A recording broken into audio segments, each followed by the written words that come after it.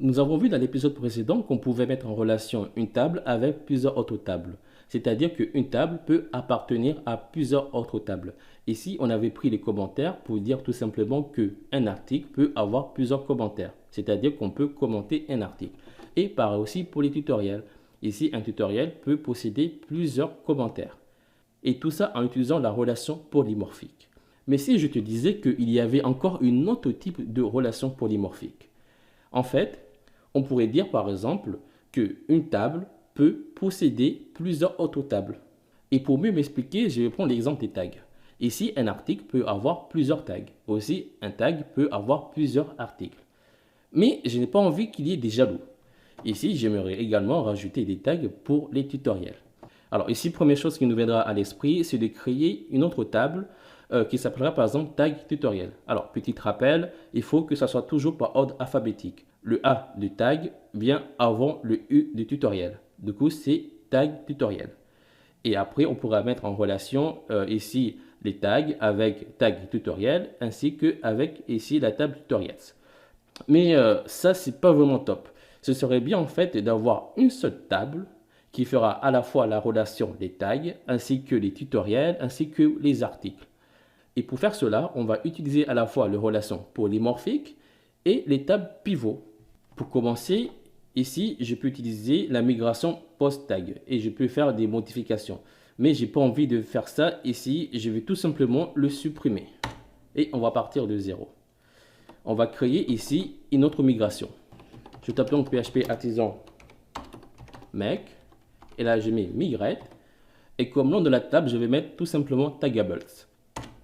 Voilà. Après, c'est à toi de mettre le nom de la table que tu veux. Mais il faut tout simplement savoir qu'il faut le mettre au pluriel. Ici, on met un S à la fin. Ici, je retrouve la migration qui a bien été créée. Et là, je ne vais pas me prendre la tête. Je vais aller ici dans la migration comments.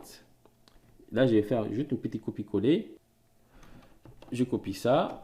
Je reviens ici. Et là, je colle en bas. Avant d'aller plus loin, il faut bien réfléchir. Ici, qu'est-ce qu'on va faire? On dit qu'un article peut avoir plusieurs commentaires. Également, ici, un tutoriel peut avoir plusieurs commentaires. Ce qui veut dire que le point en commun avec tout ça, c'est la table tags. Du coup, ici, je vais modifier ça et mettre tag ID. Voilà, là, c'est la seule chose qui ne changera pas. Et ici, je vais mettre un nom. Je mets tagable. Là encore, le mot-clé qu'on va mettre ici est très important. Après, je vais aussi éviter les doublons. Là, je mets l'objet table. Je mets primary. Je mets un tableau. Je mets tag underscore ID. Ici, tagable underscore ID. Et tagable underscore type. Comme ça, on est sûr qu'il n'y aura pas de doublon. Et ici, on enlève les index. Très bien. Là, je vais relancer la migration ainsi que les seeds. J'ai déjà un problème. Alors là, j'ai déjà une erreur. Ah, c'est tagable type. Voilà. Je relance la migration ainsi que les seeds. Alors, et là, j'ai une autre erreur, mais qui n'a rien à voir avec la migration. Ici, c'est user table seeder. Là, je vais commenter ça. Voilà, là, je n'ai plus d'erreur. Et là, je trouve que la migration est un peu trop longue. Ici, je vais modifier ça. Je mets 3 articles, 3 tutoriels. Et là, 3 articles. Je relance la migration ainsi que les seeds. Et puis, on va profiter pour mettre en place les relations. Pour commencer, je vais dans le modèle post. Ici, le nom de la méthode, ça ne change pas. C'est tags. Mais c'est juste le nom de la méthode qui va changer. Là, on met mof to many. Après, il va prendre 2 paramètres. D'abord, ici, il prend la table de la relation. La table de la relation, c'est tag. Et puis, je mets ici le nom de la relation. Ici, c'est tagable. Et là, il me suffit de copier ça et d'aller ici dans le modèle tutoriel. Et je colle ça. Après, il faut aussi faire au sens inverse. Je vais donc aller ici dans le modèle tag. Alors ici, ça ne change pas. Le nom de la méthode, c'est post au pluriel parce qu'en fait, on va devoir créer 2 relations. Ici, le nom de la méthode, c'est mof by money. Là encore, il va prendre deux paramètres. En premier paramètre, il prendra le modèle. Ici, c'est post. Et en second paramètre, il prendra ici la relation, c'est taggable. Et il me suffit juste de dupliquer. Et ici, ça sera tutorials. Et ici, ça sera tutorial. Voilà, à ce niveau-là, on est bon. Et là, je vais commenter ça. On n'en aura pas besoin. Là, pour la relation, on est tranquille. C'est là, j'actualise. Alors, ici, je retrouve la table Tagables ainsi que la table Tags. Moi, je vais rentrer dans la table Tagables. Et là, on retrouve ici le Tag ID, le Taggable ID ainsi que le Taggable Type. Bien. Maintenant, on va commencer la relation. D'abord, ici, je vais ouvrir Tinker. Je réinitialise le terminal. Et là, on va faire comme on le faisait d'habitude. Ici, je récupère un article. Ça sera l'article numéro 2, par exemple. J'utilise la relation tags. Et là, je mets la méthode sync. Tu peux aussi mettre la méthode attache. Et là, à l'intérieur, je mets l'ID du tag. Par exemple, ici, je mets l'ID numéro 2. Là, je clique. Alors, ici, j'ai une erreur. Parce que là, j'ai oublié de mettre le flèche. Voilà. Je reviens ici. Là, j'actualise. Voilà, ça a marché. Ici, il m'a récupéré l'ID du tag. Là, on avait bien mis l'ID numéro 2. Et ici, c'est l'ID de l'article. Et là, c'est le modèle app post. Ici, comme tu vois, Laravel le remplit automatiquement. Après, je peux donc revenir ici dans User Table Seeder. Je peux décommenter ça. Là, en fait, qu'est-ce que j'ai fait?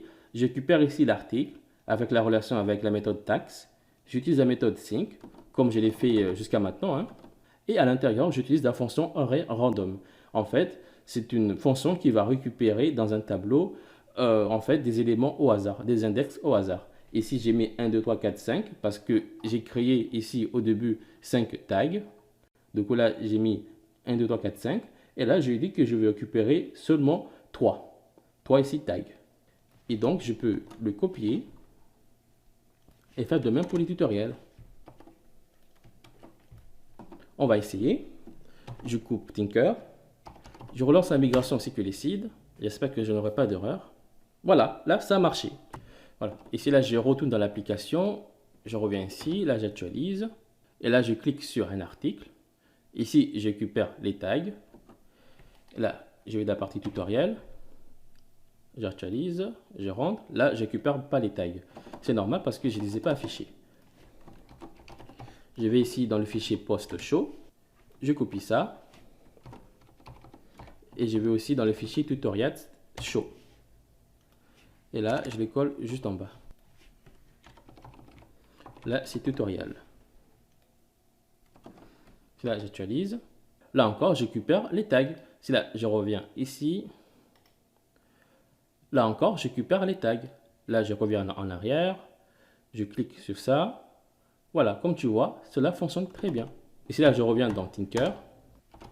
J'ai mes posts, find. Et là, je récupère l'article numéro 3. Si je mets tags, voilà, là, je récupère les tags. Voilà, comme tu vois, cela fonctionne très bien. Après, tu peux aussi te demander que ici, on ne récupère pas les dates de création ainsi que de mise à jour. Là, j'actualise.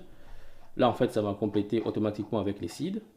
Mais ici, je ne récupère pas les dates de création ainsi que les dates de mise à jour. En fait, cela pour deux raisons.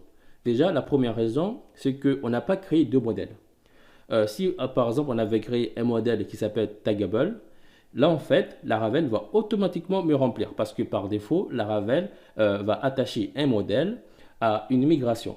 Et par défaut, dans les modèles, Laravel, en fait, remplit automatiquement les dates de création et de mise à jour. Voilà, là, c'est la première raison. Et la seconde raison, c'est que ici, ce n'est pas indispensable.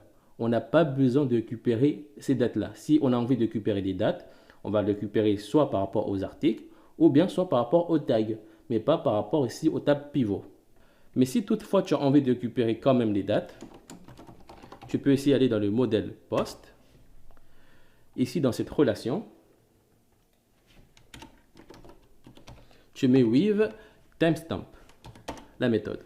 Et là, lorsqu'on va créer des tags par rapport aux articles, ici, il va automatiquement me remplir les dates. Après, il faut aussi le faire pour le modèle tutoriel. Voilà. Et là, je relance la migration. C'est là, j'actualise. Et là, comme tu peux le voir, il m'a automatiquement rempli les dates de création et de mise à jour. Mais moi, ça, je trouve que ce n'est pas vraiment indispensable. Du coup, là, je peux l'enlever.